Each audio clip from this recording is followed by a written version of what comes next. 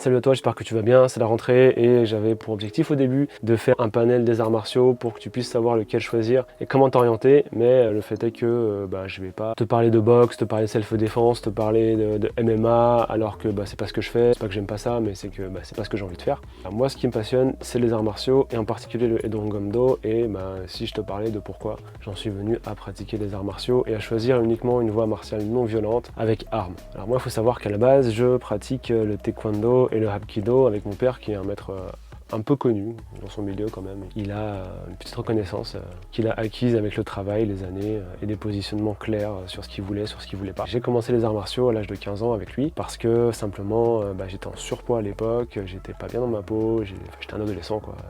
On va pas...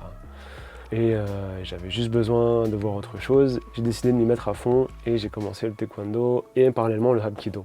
C'était deux pratiques qui étaient très complémentaires l'une de l'autre, mais rapidement je me suis trouvé que le hapkido était un peu plus complet, un peu plus intéressant en fait, un peu plus profond que le taekwondo. Désolé pour les taekwondoïstes, mais ça reste, c'est juste mon avis. J'ai été là-dedans longtemps, je voulais pas forcément enseigner, je voulais juste continuer à pratiquer normalement. Et puis c'était un bon moyen de voir des choses, d'avoir d'expérience. J'ai fait énormément de stages avec mon père en extérieur, il était beaucoup appelé. Donc ça m'a permis d'apprendre beaucoup de choses sur les arts martiaux, sur la pratique, sur moi-même.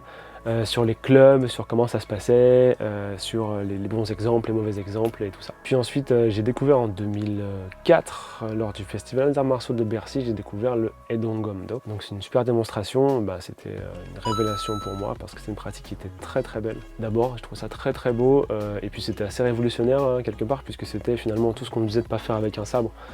Eux le faisaient, genre sauter, tenir à une main, avoir des positions assez dynamiques. C'était juste beau à voir et c'était intéressant, donc je me suis intéressé à ça. J'ai fait un stage d'ailleurs en 2004, en mars 2004, un stage qui m'a plu techniquement mais pas du tout personnellement en fait. Je trouvais que l'intervenant qui était là à l'époque était pas super cool, donc j'ai mis quelques années avant de commencer en fait ma pratique du Edongam-do. Et pour moi, ça a été une révélation au niveau martial en fait. J'ai trouvé ce que je cherchais. Dans la pratique que je faisais, il y avait, c'était du pied-point. Donc c'était intéressant, c'était bien quand on est jeune, quand on a besoin de tester, savoir ce qu'on vaut, se mesurer aux autres, etc. Mais au bout d'un moment, ça suffit quoi. Ça suffit de se battre, ça suffit en fait de devoir constamment prouver qu'on a un niveau, ce concours là d'ego, testostérone. Voilà, il y avait des débutants par exemple qui arrivaient, qui étaient un peu balèzes, un peu forts, et ils voulaient montrer qu'eux ils pouvaient y arriver, ils pouvaient blesser un ceinture noire. Enfin, les gens confondaient violence, technique, et moi j'en avais marre de me battre en fait et de voir éclater du débutant. Ce qui m'intéresse moi dans les arts martiaux, c'est un peu les idéaux de justice, enfin c'est un peu, je suis très manga en fait, j'ai envie d'aider les gens, j'ai envie que les gens soient bien. Et rapidement, j'ai appris qu'on pouvait pas aider les gens aux dépens d'eux, et que c'était eux qui devaient s'aider eux-mêmes, et que c'est pas parce qu'on avait des bonnes idées, qu'on avait des... C'est pas parce qu'on voulait sauver les gens qu'on allait réussir à les sauver facilement. C'est compliqué, comment est-ce que je pourrais résumer ça?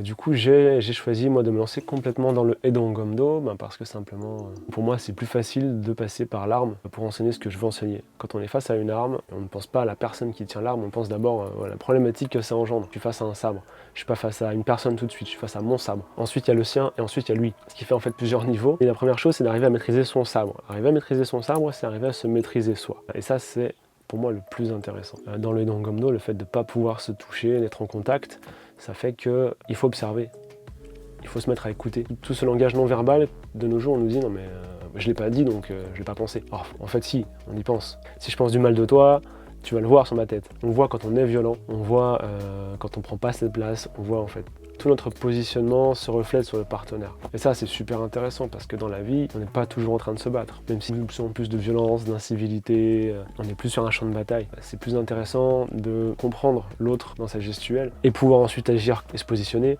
plutôt que d'attendre qu'il y ait vraiment un contact physique pour se défendre. Voilà, la meilleure défense en fait c'est quand il n'y a pas de combat, c'est quand on arrive à calmer ça ou à partir ou à attaquer. C'est à nous de choisir, c'est apprendre à se positionner. C'est hyper dur de se positionner dans la vie. Des fois on voit les gens souffrir mais on ne sait pas comment réagir. Et le but des arts martiaux pour moi en tout cas, tel que je l'enseigne, c'est d'arriver à créer ce climat où les gens ils se disent allez je réagis, je fais quelque chose. Je fais quelque chose et je l'assume et je vais jusqu'au bout ou je le fais pas, j'ai des raisons ou je le fais après. Enfin, en tout cas, je fais ça intelligemment. Ensuite, il y a une pratique physique. Le Aido Ngondo est très très physique. On est sur des positions qui sont basses, qui dérangent un petit peu, au début en tout cas. C'est simplement renforcer ses appuis, changer sa façon de bouger pour pouvoir travailler avec un sabre de manière efficace. Si j'ai un sabre, je vais adapter ma technique. Un cuisinier, par exemple, avec ses couteaux, il a une technique de coupe particulière pour être très précis et se fatiguer le moins possible. C'est pareil pour le Aido Ngondo. Si vous voulez utiliser un sabre longtemps et de manière efficace, c'est-à-dire en coupant le plus possible, eh ben, il faut une technique particulière, une gestuelle particulière qui se travaille. Et toutes ces gestuelles-là, ce travail-là d'appui et de puissance, il se retrouve simplement dans votre posture. Donc c'est encore une fois l'idée de se positionner. Quand on est bien campé sur ses appuis, quand on tend la main pour dire bonjour, quand on est stable, quand on regarde dans les yeux, quand on n'est pas agressif ou quand on veut être agressif, peu importe, ça se voit. Simplement. Même si le partenaire en face ne vous le retourne pas, il le sent. Après, il y a toute la dimension collective. J'ai voulu créer mon école pour amener un lieu sécurisé, où tout le monde pouvait s'épanouir et où il n'y avait pas, vous savez, de petits groupes, comme dans les cours d'école. Même maintenant, on le voit, même au boulot, vous pouvez rencontrer ces petits groupes-là, etc.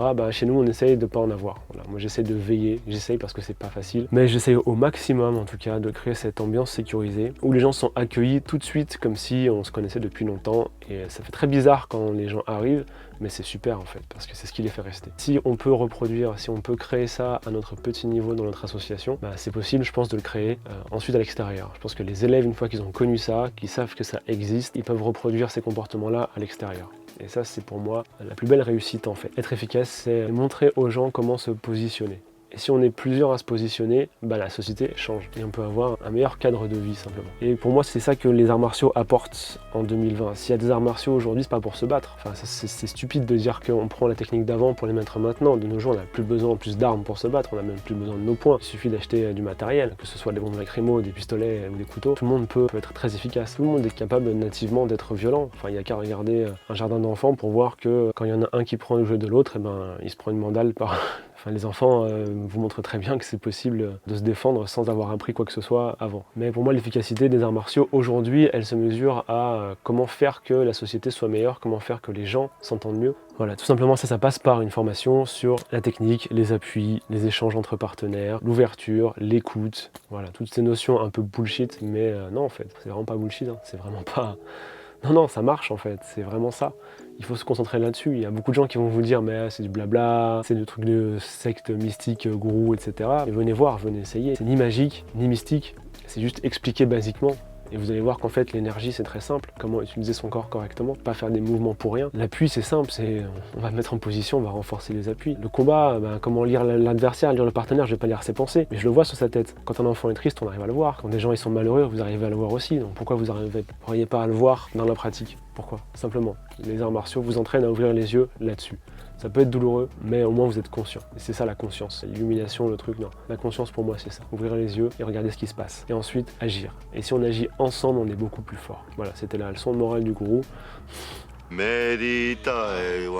J'espère que cette vidéo qui se voulait didactique et qui devient un témoignage vous aura quand même plu. On vit des choses qui sont compliquées en ce moment, à tous les niveaux, que ce soit au niveau des violences qu'on peut voir, des gens qui se font tuer parce qu'ils travaillent ou parce qu'ils promènent leur chien, la crise du Covid et tous ces ordres contradictoires. Qu'est-ce qui nous reste en fait pour tenir le coup? C'est d'être ensemble, de continuer à être dans les associations, à être dans les clubs, à avoir une vie en fait sociale, à garder du lien. Même si le lien il doit être à 1 mètre de distance, même si le lien doit être avec un masque. C'est la seule façon pour pouvoir continuer à exister. Sinon on va se conformer, en fait on va devenir des petits soldats qui allons travailler, puis on rentre pour consommer sur Amazon. Et puis c'est super. Ça y est, c'est militant là, ça devient... Si vous avez des questions à poser par rapport aux arts martiaux et au Aido Ngondo, je vous laisse les poser en commentaire et je vous y répondrai. Sinon, abonnez-vous parce que ça m'encourage moi à produire du contenu, à faire des vidéos et à vous montrer en fait ce que l'on fait sur ce travail-là, associatif, de club, d'école, et que ça peut marcher. À bientôt. Oh, mais c'est dans le plan, toi.